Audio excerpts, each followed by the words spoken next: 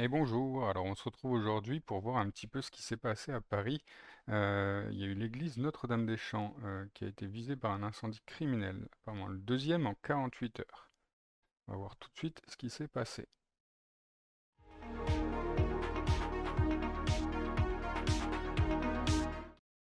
Alors un incendie criminel a frappé l'église Notre-Dame-des-Champs dans le 6e arrondissement de Paris le 24 juillet 2025. Ce sinistre, le deuxième en 2 jours, a causé des dégâts matériels et suscité l'émoi de la communauté paroissiale. Une enquête est en cours pour identifier les responsables de cet acte volontaire. Donc voilà la petite église qui est assez charmante au demeurant, même si je suis pas chrétien, mais bon, c'est un joli bâtiment quand même. Donc le 24 juillet 2025, à 16h50, un incendie a ravagé une partie de l'église Notre-Dame-des-Champs, située au 91 boulevard de Montparnasse. D'après une source policière relayée par le Figaro, des individus ont pénétré dans l'édifice, ont dégradé une statue installée sur un podium, puis ont délibérément mis le feu à des panneaux qui l'entouraient. Les flammes, bien que rapidement maîtrisées par les pompiers, ont causé des dégâts significatifs. La statue étant endommagée, les panneaux sont brûlés et une épaisse fumée a noirci les murs de l'église. Cet incendie intervient seulement 48 heures après un premier incendie survenu le 23 juillet attribué à un dysfonctionnement électrique au niveau de l'orgue de chœur. Alors, on va voir ce qu'ils en disent de plus. Une communauté sous le choc. Le curé de la paroisse, Camille Milour, a partagé son désarroi face à cette série d'événements. Est-ce un accident ou un acte criminel? À cette heure, on ne sait pas. Bien que les investigations confirment désormais le caractère intentionnel du second incendie, l'émotion reste vive au sein de la communauté. Le maire du 6e arrondissement, Jean-Pierre Lecoq, a annoncé sur X cet acte de vandalisme. Deuxième incendie en 2 jours, cette fois-ci criminel. Un contexte de profanation répétée. Cet incendie s'inscrit dans une série d'attaques visant des églises parisiennes ces dernières années. En 2023, plusieurs lieux de culte dont Notre-Dame de Fatima, intéressant comme nom, Saint-Martin-des-Champs et Saint-Laurent ont été ciblés par des actes similaires. Ces incendies alimentent les débats sur la sécurité des lieux religieux à Paris. Le parquet de Paris a ouvert une enquête pour dégradation volontaire par incendie, confiée au 3e district de police judiciaire, afin d'identifier les auteurs et leurs motivations. Alors, qu'est-ce qu'ils ont? 19 commentaires, hein, monsieur, afin d'identifier les auteurs et leurs motivations. Carrément lunaire, on sait, pas besoin d'en faire un laïus, tout le monde sait.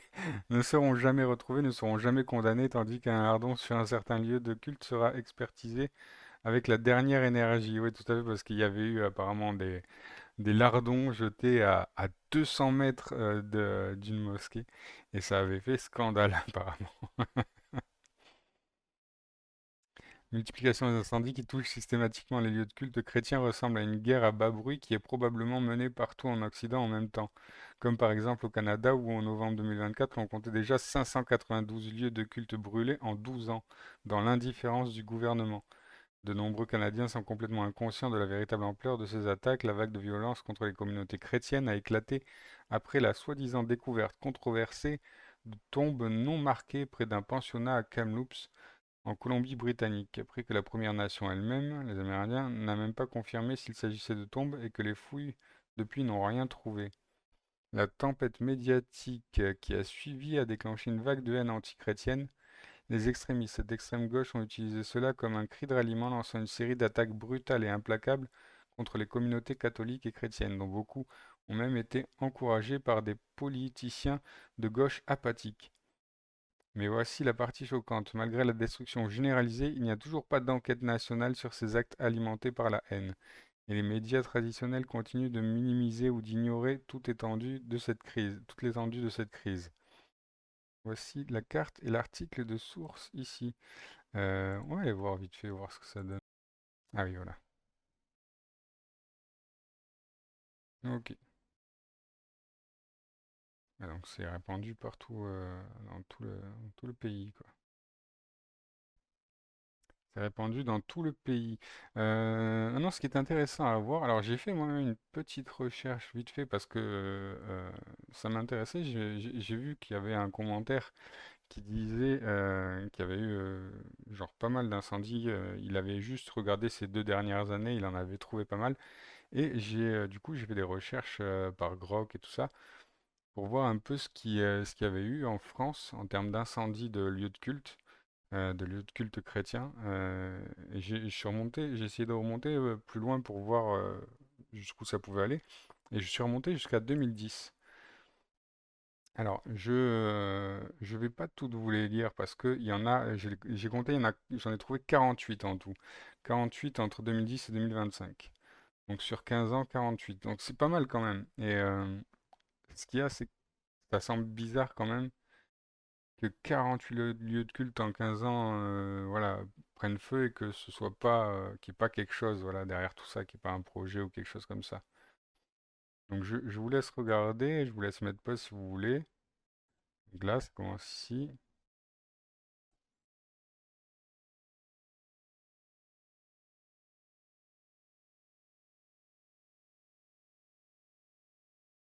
Ça descend, ça descend.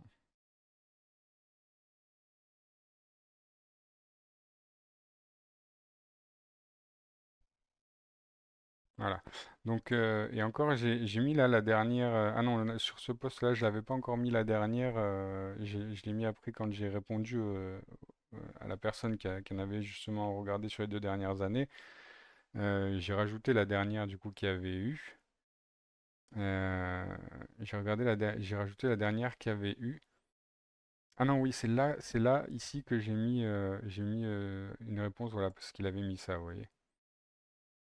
Il avait mis ça. Du coup, j'avais répondu. Mais sur le post que j'ai mis, moi, j'avais mis la dernière, me semble. Hop, voilà.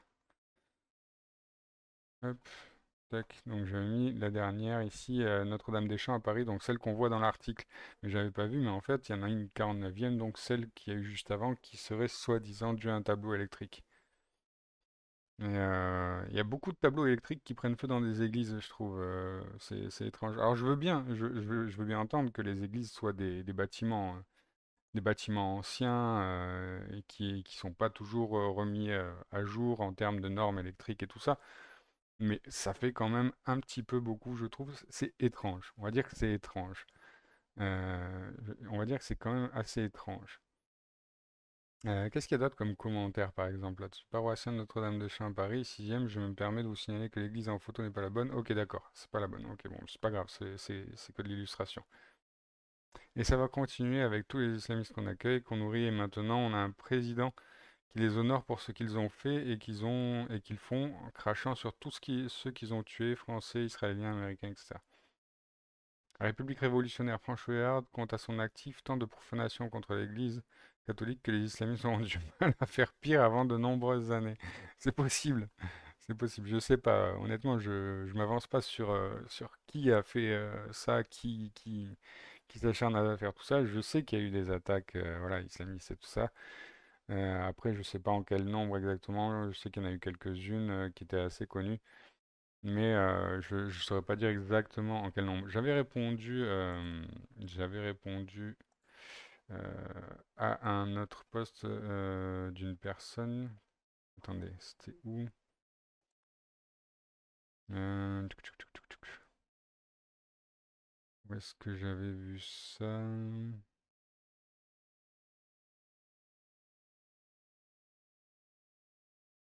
Je vais vous le retrouver.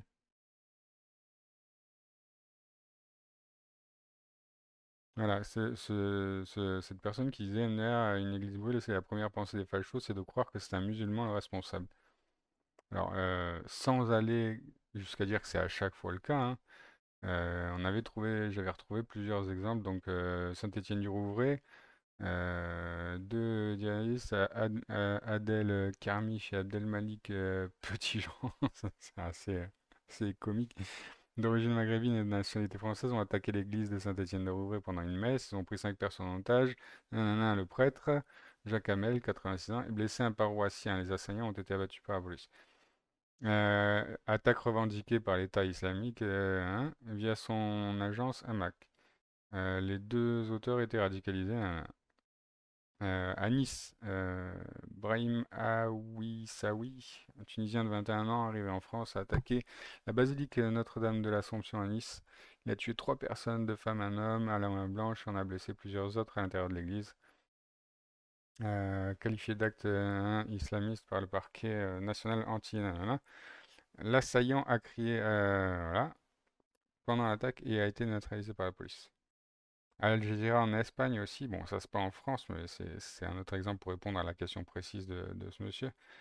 Yassine Kanja, un Marocain de 25 ans, a attaqué 2 églises à Al Jazeera. Il a perturbé une messe à l'église San Isidoro, proféré des slogans comme et moi aux chrétiens.